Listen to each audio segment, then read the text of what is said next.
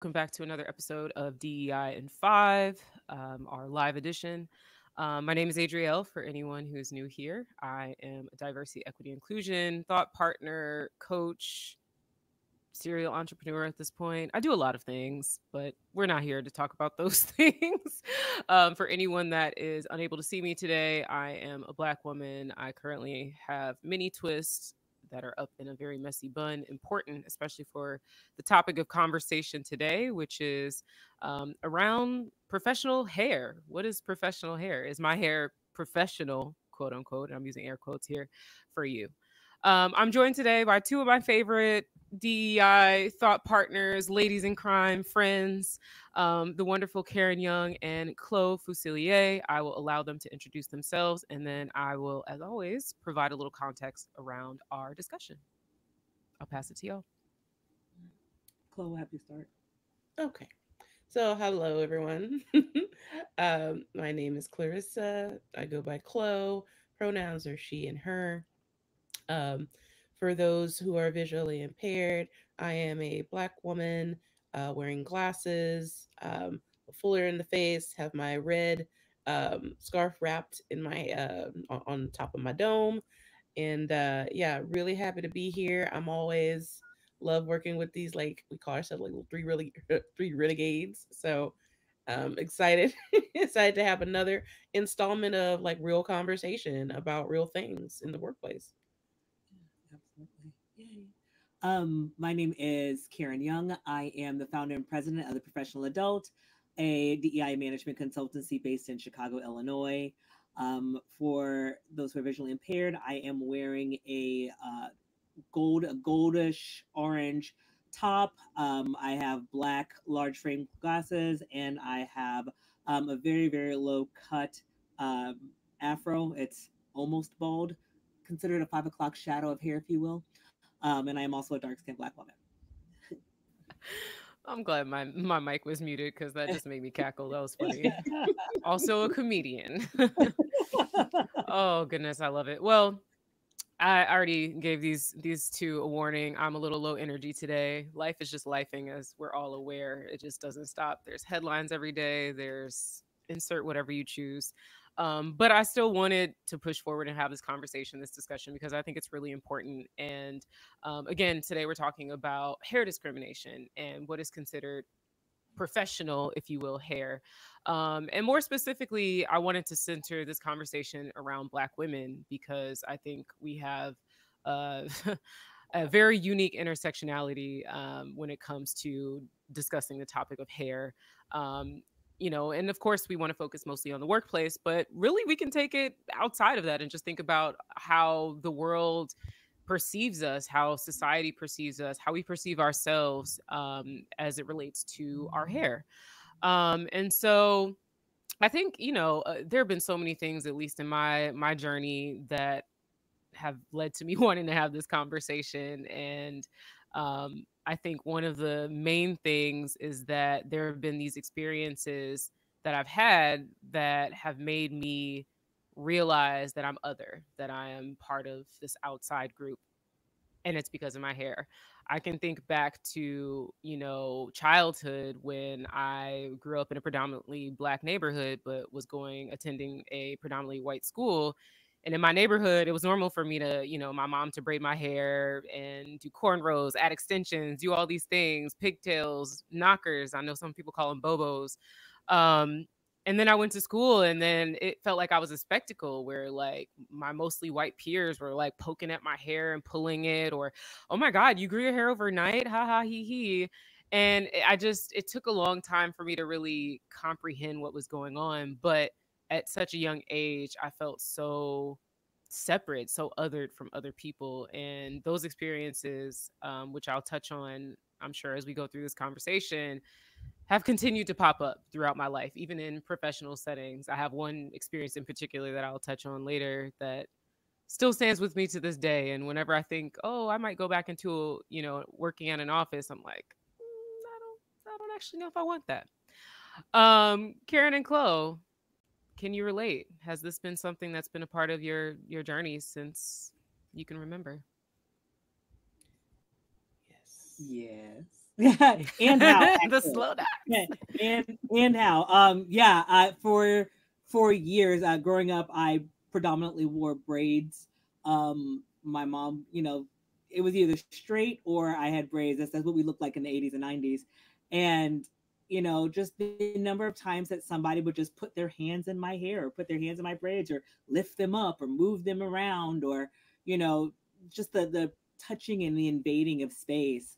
And then when I first went bald in 2018, um, yeah, just again, the number of people who needed to touch me for some reason and just needed to Yeah. touch my head for some reason, um, was just really kind of gross. And then, also as one of my other jobs, I wear a lot of wigs, and as a performer, I wear a lot of wigs, and so I can definitely clock who and what the reaction I'm going to receive based on what kind of wig I'm wearing.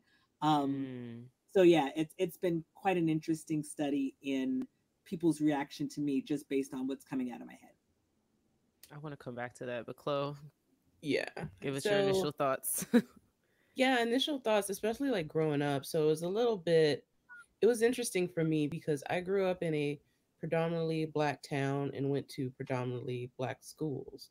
And Hmm. so the othering that would come was that my mom decided, it took her a while for her to decide to start relaxing my hair.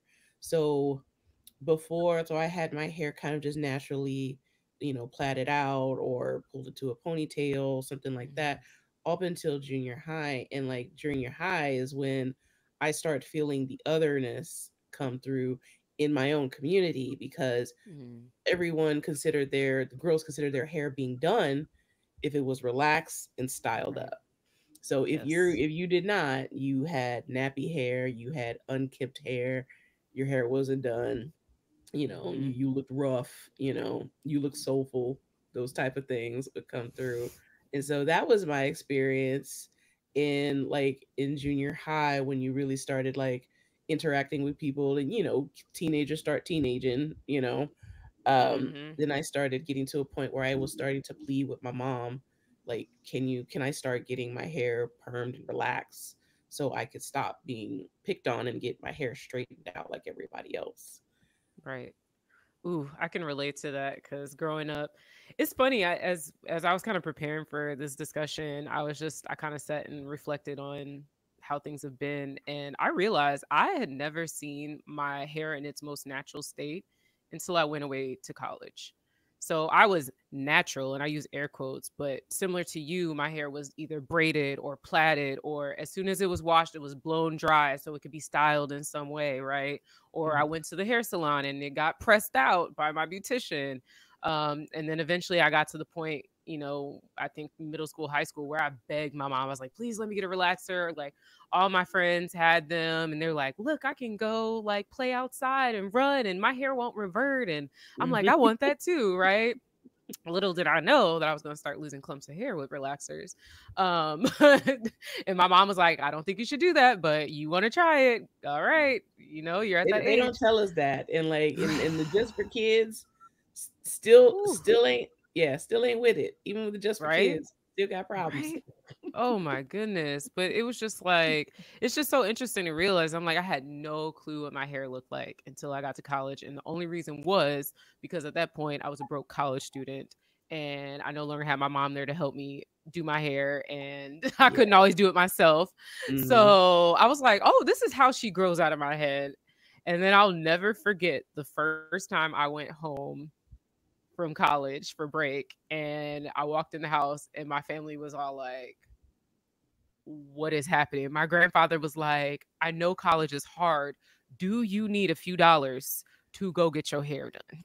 Like, and I was like, it is done because I had started learning like how to care for it. I was on I'm dating myself for like long hair care forum and all these other like the early YouTube, like the black Hmm. women were ruling YouTube in the early days, like when beauty influencing is not new. I just want to say that Hmm. like black women had that on lock. I learned so much about how to take care of my hair early on. um but I'm like, no, my hair is done, and they're like, are you sure? And so for me, those like perceptions and beliefs of my hair came very early from family, from people in my neighborhood, my friends, who look like me, even from people at school, where I went in and I had my braids or whatever, and they're like you were saying, Karen, touching and all in your space, and it's like, what gives you the right to even be in my space like that? Which is so unfortunate, so unfortunate. Yeah. Yeah. I think it's really interesting that so many of us have that transition into being natural. And I put that in quotation marks. That transition into being natural when we have to do it ourselves. Because I had the exact same journey as, left the house, went to college, got married, and I was like, I don't know what to do with this, so I'm just gonna cut it down. And then for years I was like, well, why doesn't my hair grow? Like, what's happening? And I wasn't taking care of it properly. The reason why my hair wasn't growing is because the poor thing was splitting from left, right, and center.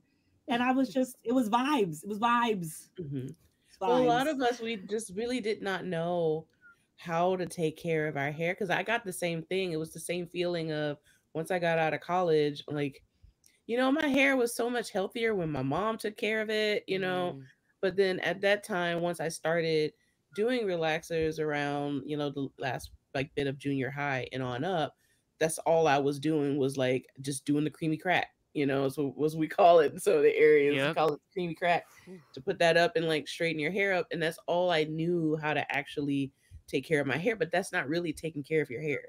Right. Um, it wasn't till it took me all the way until I got married, um, until I started deciding like I just need to stop putting all these chemicals and stuff in my hair and just let my hair just do what it does.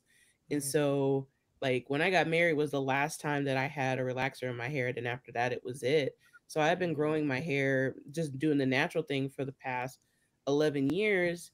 And I had to look like the same thing. I had to look up YouTube.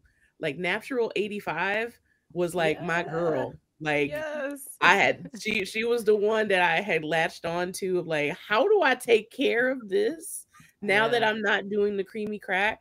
Because that journey is a whole different journey, especially if Mhm. you decide to do the big chop or you don't do the big chop, which I didn't do the big chop. So it was a Right. whole other like weird transition thing.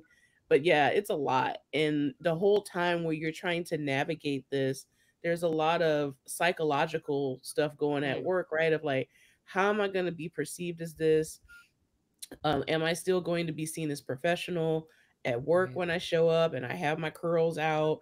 Or like what do I do? Like, and I the thing about making the decision about doing the big chop was also a Mhm. psychological thing, because like, how will I be perceived if I take all my hair off now? Because Yep. everyone perceives you differently when your hair is cut short or you have a fade, like there's a Yep. lot of things going on. Like our hair decisions is not just hair. It never Right. is. Right. I can tell Exactly. you for a fact, and I want to hear more about what you were going to share, Karen, about like how you know when you have a certain wig on, how people are going to interact with you and treat you. From experience, lived experience, my entire life, especially since I've been natural, which was a result of a big chop in my 20s. And I was terrified. I was wearing wigs, sew ins, everything to cover it until it grew out because I was like, I cannot go to work like this. I can't. That was what was ingrained in my head. But I eventually got to this point where I became more comfortable wearing my hair in its most natural state. Even now, I mean, I think it really honestly happened during the pandemic when I was at home and I really was on my own with my hair. Like, and I was just testing things out. And I was like, what would happen? Let's just, for S's and giggles, because this is LinkedIn. What if I just leave my hair out? And so I did, and it just grew on me. But one thing that I've noticed is that people treat me differently depending on how my hair is. When my hair is in its most natural state, which is a very, very kinky, coily fro with very tiny coils, and this is a whole other direction when we get into hair discrimination based on texture, because that is a thing. Um, Mhm. Even to this day, I barely see anyone with my hair texture on a platform with their hair not manipulated, of course, right? Because I brought this up one day and somebody was like, oh, what about like people like Issa Rae or Uzo? And I'm like, yes, but almost always their hair is styled in some way. It's still a Mhm. natural style, but it's styled in some way. But to just let your fro out, it rarely happens when you see kinky or coilier textures. But I do notice that people are a little bit more standoffish when my hair is in its most natural state. The doors aren't held for me as often as if my hair is like this, where it's kind of fun and it's cutesy, right? And it's manipulated. Um, and so it just makes me question, perceptions of society as it relates to Black women's hair, how other Black women are moving through life who aren't as comfortable with their natural hair. I've come to terms with it. I'm like, this is how it grows out of my head. I love it. It can do all these amazing things.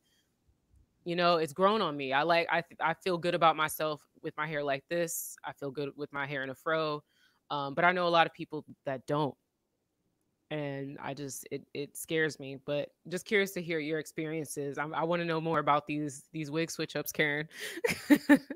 Okay, yeah, absolutely. So, like off the bat, if I present this way, with again very very short hair, I was skin bald for most of May and June. I'm just now starting to fuzz grow my hair back. I'll probably shave it down again. Um, I'm either invisible to everyone, I just don't exist at all, or I am treated um slightly with a slight bit of hostility. People treat me more like a man. And for those who don't do that, I am absolutely a fetish because it's like, ooh, it's a Black woman Mm, who's bald. Like she obviously is feminine, but she's bald. She's like both. She's like a warrior princess. And I'm like, no, I'm just a woman who just doesn't really want to do anything with her hair, and I like the way my head looks. That's really it. Got a small, nice peanut head, so I just don't like doing things with it. Um, However, as a performer, I know that I can change how much money I make and kind of what I do depending on my wig. So mm, if I am in an environment, and here's where here's where racial discrimination sometimes plays in my favor, if this makes any sense. Um, if I am in an environment where there are a lot of white people, I get more positive interaction if my hair is more like a 3C textured fro. So if it is a loose, curly afro, I get so much more positive attention, especially from white people. Because again, it's fun, it's ethnic, but it's not too ethnic. Not too it's ethnic. Yeah, not you got nappy. that good, Right. got It's that not good hair, girl. it's not too ethnic. But if I'm in an environment with mostly Black and brown people, I get more positive attention if my hair is either in a straight part bust down for those straight part lace wig, or I realize I have to kind of explain some of I that know. stuff, I know. or if it is in a straight part or side part kind of beachy wave, I get more positive attention from Black and brown people. And then when I really want to amp up the I'm not playing with you kind of more assertive aggressive look, or the more business person look, you will get a Claire Huxtable bob, or a nice kind of curly shoulder length curled bob, and that's where I get the most positive attention. So if I'm doing like something that I know is super business oriented and I don't come in like this, actually I've recently found that I get the best business reception when I come in like this. And I think it frankly is Interesting. because I seem more androgynous. No Mm, one has to worry about hitting on me, or no one has to worry about me being distracted by my femininity, because it's clear I'm feminine, but I'm not cute, if that makes any yeah. sense. Kind of ties into like Western perceptions of who we see as leaders. Mm-hmm. Overall as a Mhm. society, historically, we've seen leaders as someone who is usually a man or more masculine. Mhm. And that, I mean, I'm saying that from data, like it's out there, right? We know that Mhm. historically. So that definitely tracks.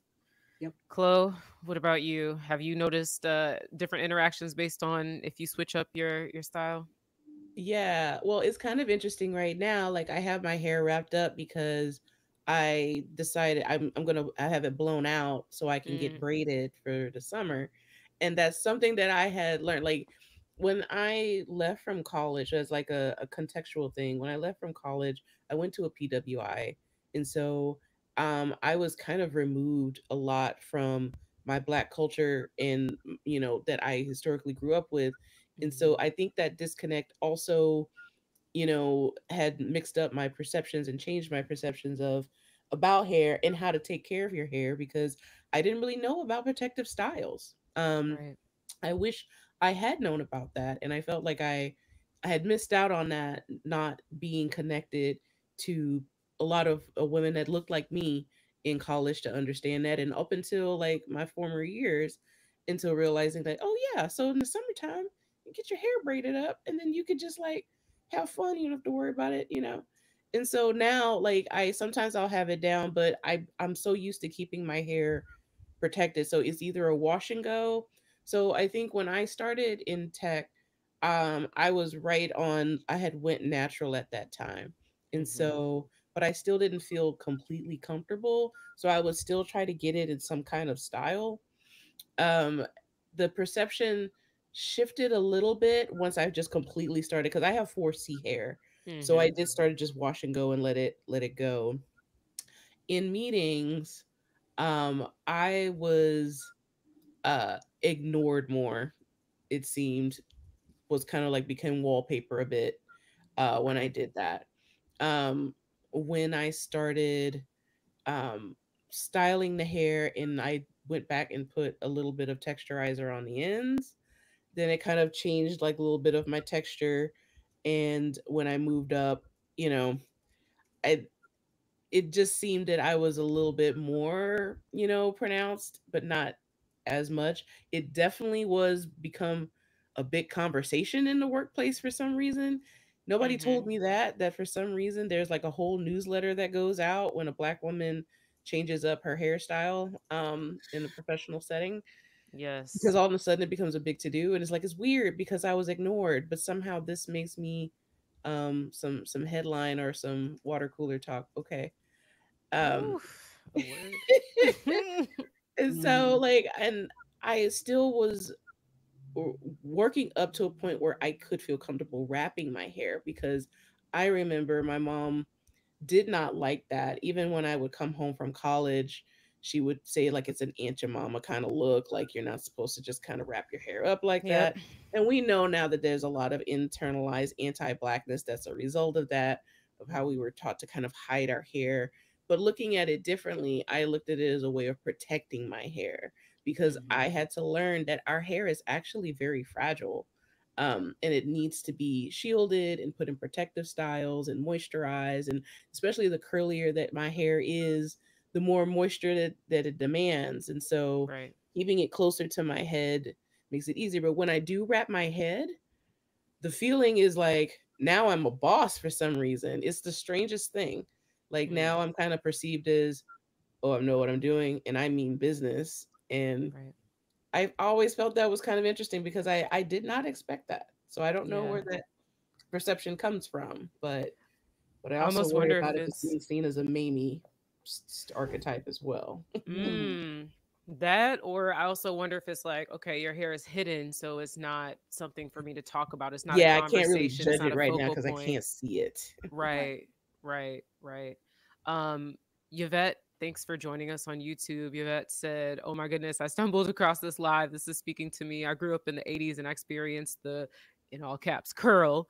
One of my biggest concerns during my natural hair journey was how would I be perceived at work? I was a new mom trying to balance work and life. My supervisor, who was a Black woman, gave me a poor performance evaluation based on my appearance. All of a sudden, my Wow. appearance was not professional. Wow. Oh goodness, I have Wow. to adjust in my seat for that one. I'm sorry that happened and that you Yeah. experienced that, but and I shouldn't say but, and that Mhm. is, I think, a very common experience. I've shared before, some of my experiences in professional settings where I've felt like I had to question my appearance, or in more specifically my hair, were as a result of comments from other Black women. Yep. And I think, again, to your point, Chloe, it's like these internalized beliefs. And I think in those moments, I think they believed it was coming from a positive place where it's like they're trying to protect you. They're trying to let you know this is how you will be treated and perceived. And Mhm. so let me be the one to inform you, let you know before someone else does it for you. Right. So that's, yeah, I've heard so many experiences like that. And I'm like, oh, I hate that it reached into your performance evaluation though. That's when for me Yeah. it's like, This one, it just definitely crosses the line. Like, yeah. it's funny how that becomes a thing when there's so much discussion in the workplace of we just really want top talent. Like, we don't care about where you come from and who you are. We just want you like to be able to do your best work and like, can you do the job? Does that matter? I'm like, it's funny how that Yeah. kind of goes out of the window for Mhm. certain people in certain situations in certain communities Yep. when, what's most important is how well they're performing, but somehow you tack on like how they don't fit the Western, prototype of this is what you're supposed to look like in order for you to be perceived as being a top performer. Exactly. Absolutely. Absolutely. Exactly. So frustrating for sure. Um, I wanted to touch on my experience that I had some years ago. Um, I went through this phase where I was changing my hair at like probably every 3 to 4 days. I think it was just before Karen and I met. Um, and this particular experience actually got me to a point where I think I slowed down on switching my hair up because I felt like it was a distraction, not to myself, but to other people in the workplace. So I was running late to work one day, which, in New York, good old MTA subway system, it just happens, right? You usually got to give people a 10 to 15-minute grace period here because that's just what it is. But as a Black woman, I'm hyper aware of CPT, colored people time, for anyone that is not familiar with that term. And I was at the time so concerned. I'm like, I do not want to fit this stereotype. I don't want anyone to look at me and be like, oh, here comes the Black woman. She's late. Because I was one of, I think, two Black women at the time on this team. Got there late, walked into the conference room because we had a team all hands meeting. Very small conference room because I guess somebody forgot to book the room that we all fit in. So there are people seated, but most of our team is standing lined up along the wall. So it's cramped like sardines. So when I walk in, it's very apparent that I'm late and I walked in.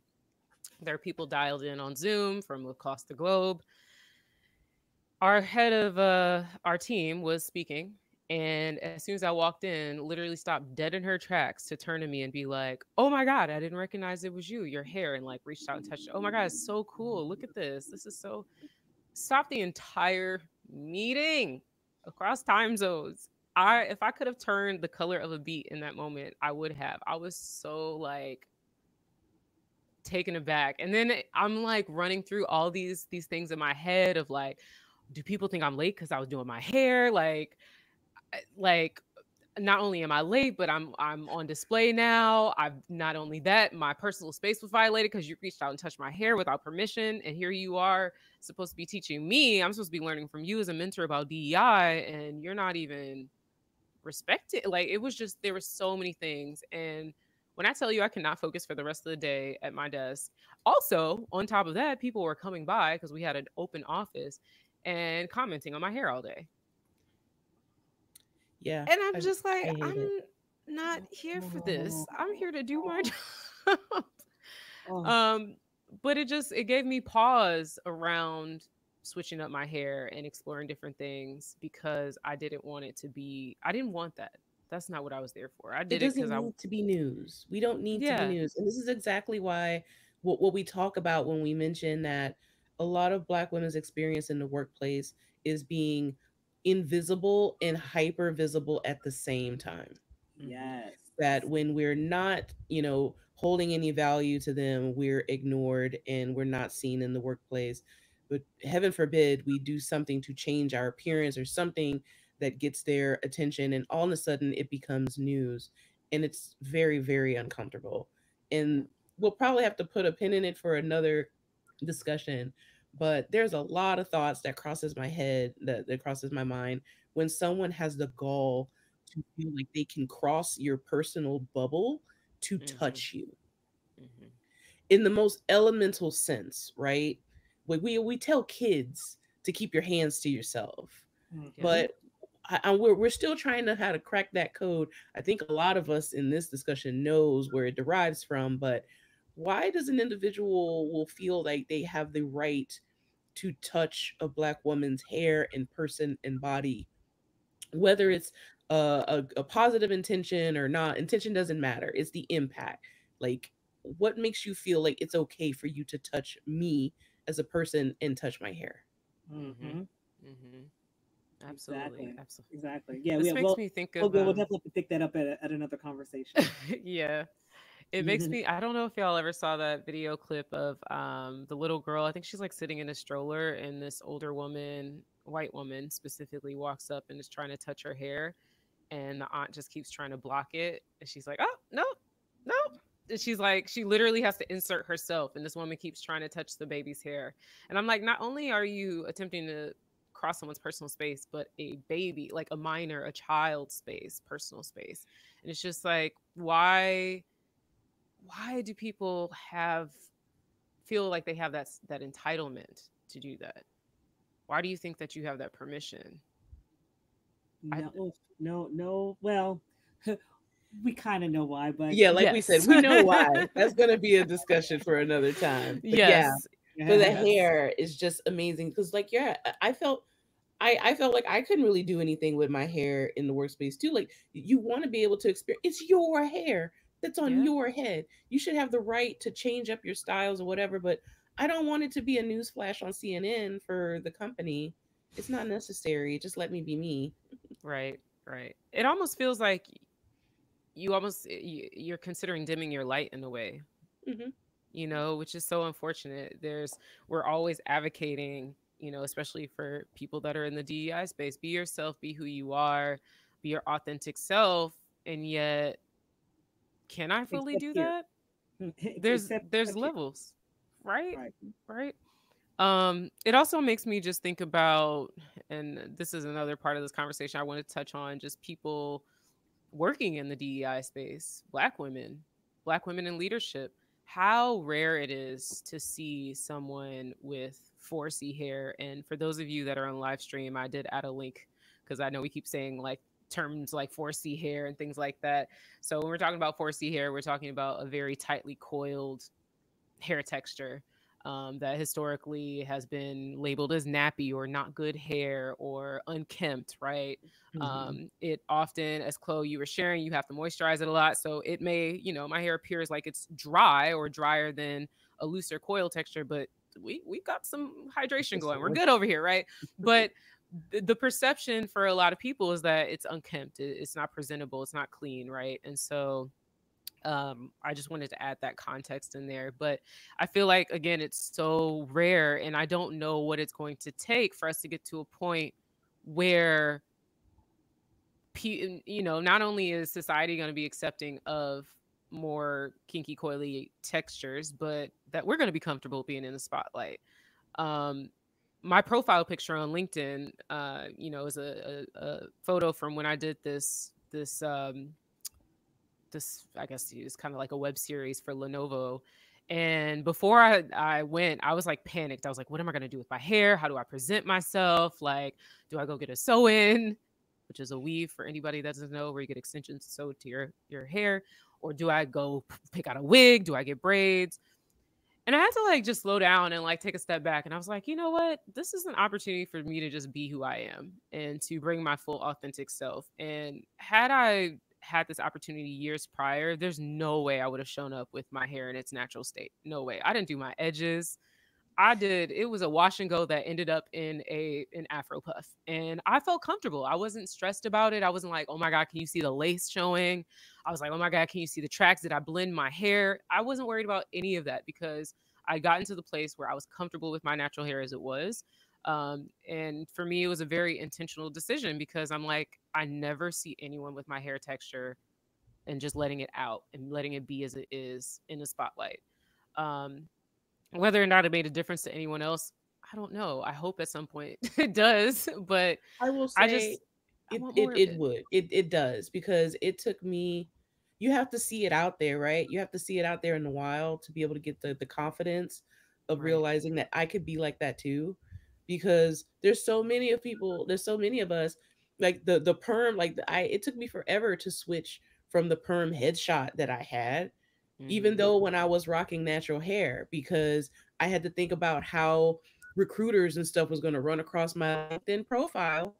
Yep. And if they were going to see my 4C hair froed out, was that going to be a ding against me, you know? Mhm. Mhm. And so being able to see that and see people have that, and Black women have that confidence in being their liberated self, it can get contagious. So I appreciate everyone who does, you know, decide to show their true selves, because it helps all of us other folks be able to do it too. Yeah. Ironically, Absolutely. my LinkedIn profile is now the opposite. For years, I had just my bald head or a very short afro as my LinkedIn profile. My current LinkedIn profile is wearing a wig. I am wearing a long, full wig on my profile. And it absolutely has changed how people interact with me. Um, Ironically, I do not get as many pings about DEI work as I used to when my hair was short. I don't get as many. And I'm actually okay with that right now. I'm actually okay with that. But yeah, when I had my, because I had a headshot with the hair this low, and then I had one where I had a fro that was about 3 inches long, and I Mhm. got so many more people who would just reach out and pick my brain and want to talk and have conversations. And now, with this long way, now mind you, I am wearing a suit in my LinkedIn profile.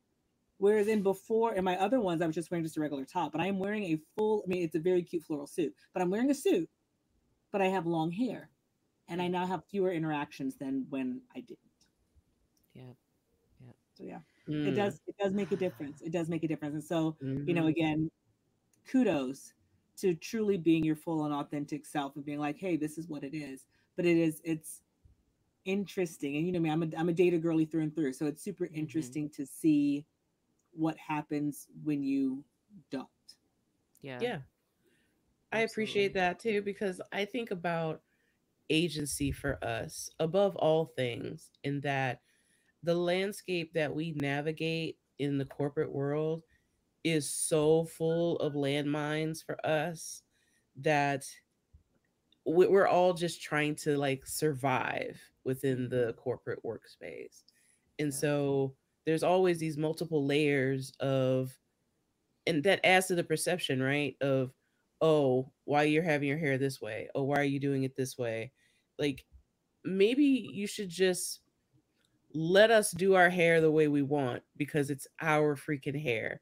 And I assure you, if you would let that go, the world, things would be so much easier. Decision making would be so much easier, instead of putting this roadblock of like, how do I perceive this person based on how they do their hair? Mhm. Mm-hmm. Yep.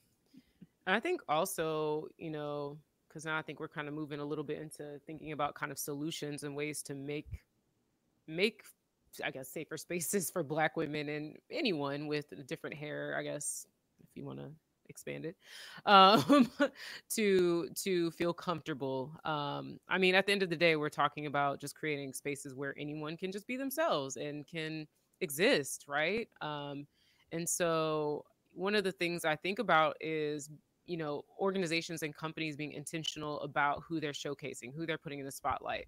Almost always when we're thinking about brands and companies and organizations, there are faces tied to it, there are people tied to it. So and I'm not saying, if you don't have, if your company lacks diversity, don't go pull the one Black woman in your office into a photo shoot. Please don't do Please that. don't. Like, but if you are, doing social media posts, or if you are inviting guest speakers or things like that, be intentional about who you're inviting. Don't invite the same types of people.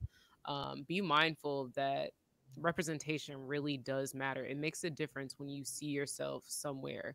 It signals who belongs. It signals to people what is accepted by your organization, by your culture. And so those are important things to keep in mind. We can even go so far as, if you're selecting images of a diverse group of people for your website, you can think about the composition. If there's one Black woman in a photo and she's all the way back here, and then there's a white man right here. The focal point is not on the black woman all the way in the back, right? Exactly. And so just being mindful of things like that. I think people, you know, for a lot of people, it's like, oh, here we go with this DEI thing. It doesn't take a lot of effort. Some of the stuff this does not take effort. Minding your business doesn't take effort. Not touching It someone's really hair doesn't. doesn't take I ask effort. people, like, is it really that important that you have to compliment someone's hair or talk about someone's hair right now? Is that anything to do with the team discussion or getting things done? Then maybe you should just table that. Maybe that's not the priority discussion to bring out, you know. Right. And if you don't, I'm sorry, go ahead. no, that's not. I was just Um, like, maybe that's not necessarily important right now for you to comment on that.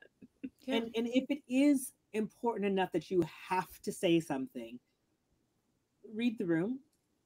Do you have to say it in a meeting? Do you have to say it, you know, in a presentation? Here's where asynchronous communication is really, really great. Drop her a Slack note. Be like, oh my God, your hair looks so great. Thanks. Yep. Yep. Yay. Yeah. And also, and I brought this up in our pre-call, please don't be that person who has to find the similarity. Mm. Please don't be that person who's like, oh my gosh, people talk about me and my rainbow prism hair all the time too. Or, oh my gosh, I know exactly what it's like. No, you actually don't. No. You don't. No. It Um, is. Oof. No, go ahead. I was like, it's different. Like, yes, you might get folks who might stare at you. You might get folks who might be like, oh my God, what is that? But you don't experience, again, the lack of personal space. You don't experience people assuming your intelligence and your worth based on your hair. And frankly, you could always change it. Mm-hmm. If it becomes Truly. really bad, you can always change it. And yes, technically, I could continue to straighten my hair, but no matter what I do, it's going to revert back to what it is. Mm-hmm. Right. Mhm. Right. That part about like people trying to relate. I remember someone was like, "Oh my gosh, I totally get your struggle. Like I have curly hair too." And I was like, you have the ability to walk into, let's say, like the dry bar or the one of those blowout bars. I dare not risk my hair health to walk in those places because 9 times out of 10 they don't have anyone that knows how to care for my hair. We haven't even gotten into it, and I won't get into it too much, but accessibility in terms of caring for kinkier, coilier textures, it's lacking still. And it's Yeah. sad. Even in 2024, you have all of these natural hair brands that are being released, but even in that, like I love my celebrities, Beyonce, Rihanna, Tracy Ellis Ross, who are putting out all these like natural hair care lines. But when I go look again at the branding and who's being shown in those images, again, it's so rare even now to see someone with tighter coiled hair. It's like Mm-hmm. we're just so forgotten, and I just don't understand why it continues. And the fact that it's so hard. I live in New York. It should not be as difficult as it is to find someone to trim my hair without me having to pay several $100s. And I'm like, I just cannot process why that is. I just cannot. And it's like, and people get frustrated. Even to go get your hair braided, you have to come with your hair washed already. You have to come with it detangled already. Blown You out. have to have Yeah. it blown out. And guess what? You're still going to shell out hundreds of dollars in most cases.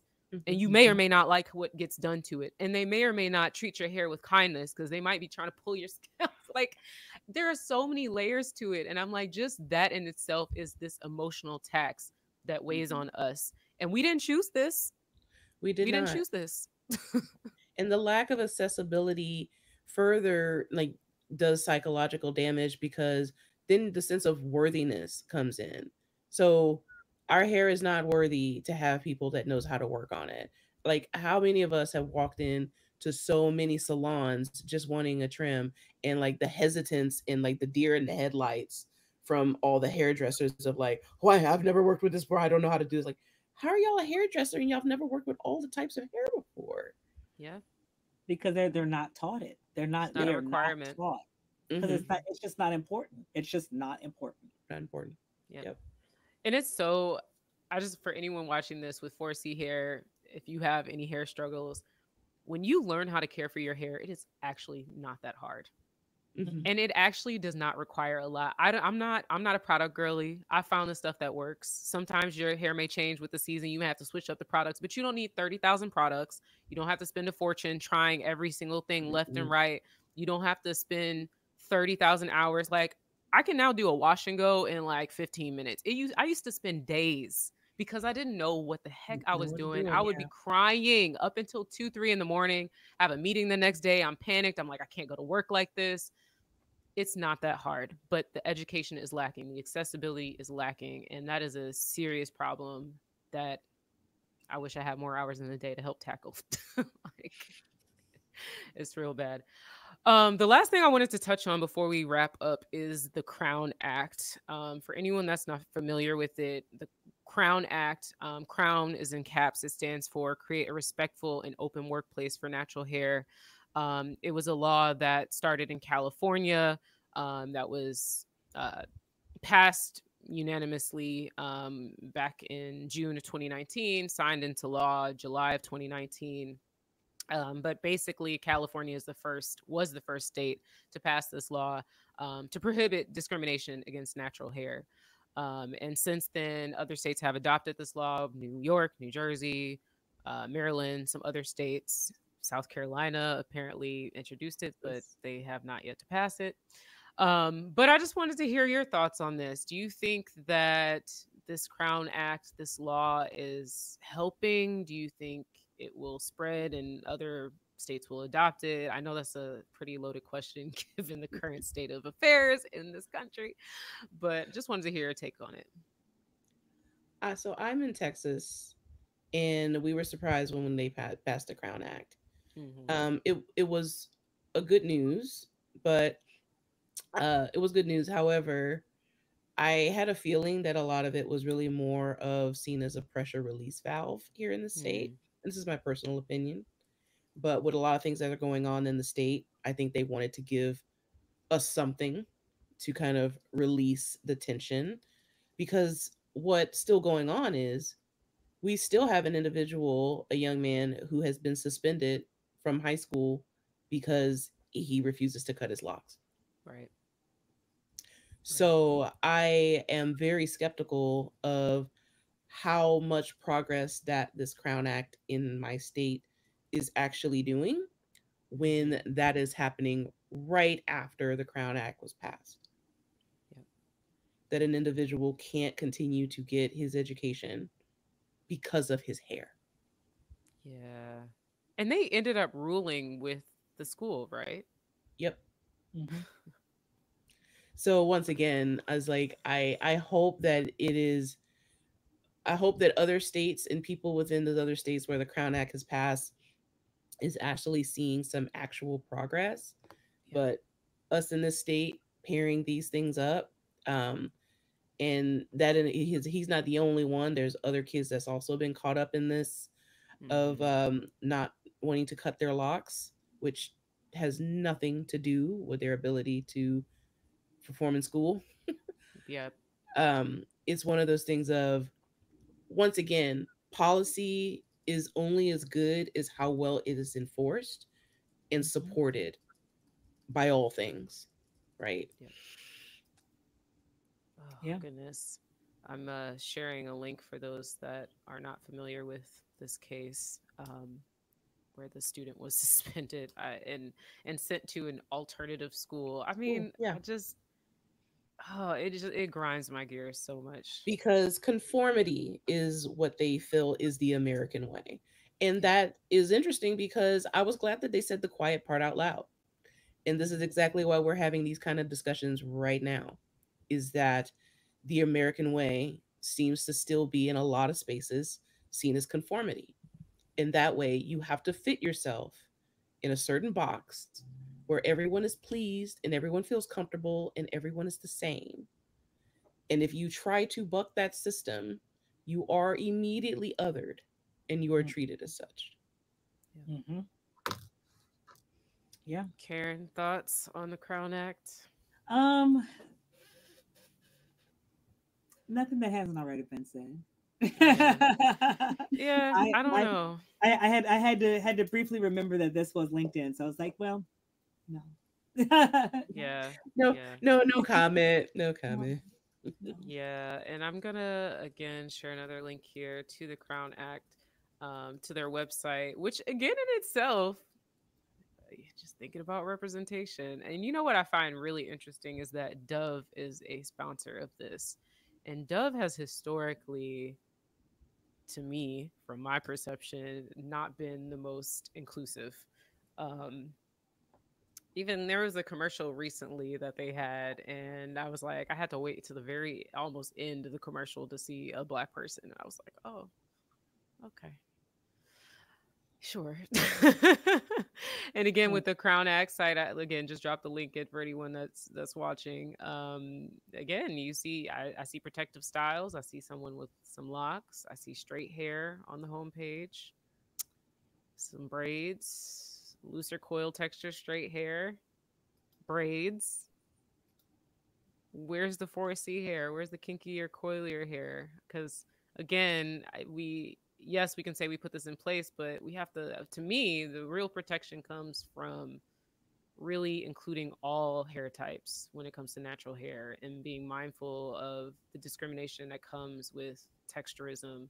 We didn't even touch on colorism as an issue as well. Like all of these things combined are quite taxing, Yeah. on Black women in particular. For sure. Yeah. Yeah. Any final thoughts to wrap us up? Um, yeah, actually. Um, I'm going to start by saying I love black hair. I love everything about black hair. I love that the three of us are presenting three different styles of black hair, and it is only three of the thousands of different ways you can style our hair. I love it. I also am deeply annoyed that this is one more instance in which you are more worried about what is on my head than is what is in my head. And I'm tired. I'm tired. So, my challenge to everybody watching this is to challenge yourself to think about, why do you care? And yes, if you want to acknowledge how beautiful what's growing out of my head is, feel free. Do it in a way that is kind, but spend more time about what's in my head than what's on my head. Mm-hmm. Mm-hmm. Whew, man, you said a mouthful there. Yes, yes. I think my addition that I'll add is, so so here's the thing. Before the Crown Act even, crossed over into a discussion within our state, a lot of us DEI practitioners were already pushing for corporations to start building their own Crown Act policy within their company, because you, as a private company or an individual corporation, can create your own policies and how you navigate your workspace and how you protect your employees. So for even in states that do not have the Crown Act, you still have an opportunity to propose to your workplace where you are on making sure that they are working to make sure that their policies are inclusive about different hairstyles and textures, and make sure that discrimination also includes the discrimination of hair types in your workplace. Mm-hmm. Don't just let the idea of one act be like this end all be all. We have to do incremental things in the spaces that we are. And hair discrimination affects everybody, but it affects certain groups deeper than others. And so, if you want to say that you want to have an inclusive and a fair environment, maybe just have an environment to where how someone has their hair styled is not being a reason for them not to get promoted or get a job opportunity or housing or anything like that. Like, just see how ridiculous that sounds coming out of my mouth, how absurd it is that someone's hairstyle is being predicated on how they navigate the world we're tired. We don't want to do this anymore. So if you want to be able to be an action or a lever of change, that's some of the things that you can propose in your workspace. Yep. Yep. My final thought is kind of tied to that. And I want to speak quite specifically to recruiting teams, recruiters, sourcers, hiring managers, because recently I was talking to a recruiter and we were just kind of going through some of the candidates and they were like, yeah, I just didn't like how that person looked. Okay. Right. So, candidates, keep your dang on photos off of your resumes. Let's start there, because people are not checking their biases these days, because so many folks decided that unconscious bias was this buzz term, set of buzzwords, and that unconscious bias training and discussions are not helpful. And they can be harmful in a lot of ways, and that's cool. But you, as an individual, can check your bias. You can be intentional, you can be mindful. We naturally categorize things, we make assumptions about people based on how they look, based on what we've seen, what we've experienced with types of people. Check it. That's it. That's all I'm saying. So when it happens, you notice it, you find yourself flying through a deck of resumes that you're going through and you see an address and you're like, oh, I don't like that neighborhood. Or someone missed a small typo, or someone's photo, you didn't like how their hair looked or how their appearance was. Check your bias, slow down and ask yourself, is this actually relevant to who and what we need in this role and what we're trying to accomplish as part of our organization? Because 9 times out of 10, how they look, where they live has nothing to do with that. And I'm focusing on this because I know the job market has poop and pee in it right now. And people need help and they need work. And if it is a small thing such as how my hair looks that's keeping you from giving me an opportunity to even just get an interview, we need to be checking that. So that's my last little bit that I wanted to touch on. Yeah. Karen, Chloe, what should the people know? What you're working on? What do you need? You need plugs? You need networking? I'm always looking to look. Actually, this is all a full lie. This is all a full lie. I was getting ready to go into a whole spiel. I was like, no, I'm not.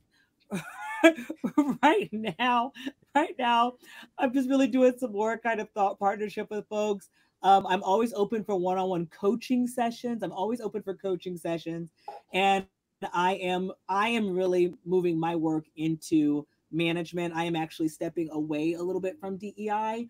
My heart is too heavy right now. So right now I'm doing more management work. So if y'all are interested in that transition from ICs into people management, let's have a chat. Love it. Chloe? So for me, like, I love coaching too. So I am still accepting clients for coaching and coaching for mindset, for also my specialization is ADHD. So if those are folks are trying to navigate through their life, getting set in some habits and goals, I focus on that and help others. I also help with advocacy coaching. So if you consider yourself as a new up and coming activist, or you want to know what it's like to try to be one, and you're trying to build that mindset for it, I'm your person that still you can go to. I have also been taking a little step back from DEI because yes, the heart's been hurting a lot. But you can always reach me out for coaching and support in that realm. Awesome. I'm still working in DEI. I'm here. And we love you for it. You're holding down the fort.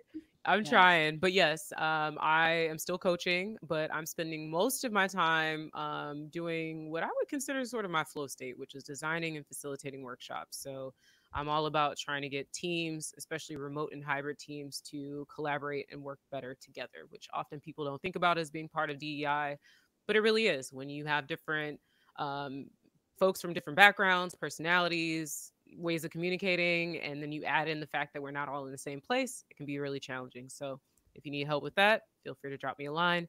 I'll make sure I tag both Karen and Chloe in the description. But otherwise, thanks everyone for joining us today. We hope you took something away from this discussion. Be sure to like it, share it. The video will be up as soon as we close out. And I'll see you back here next week. Thanks. Thanks, everyone.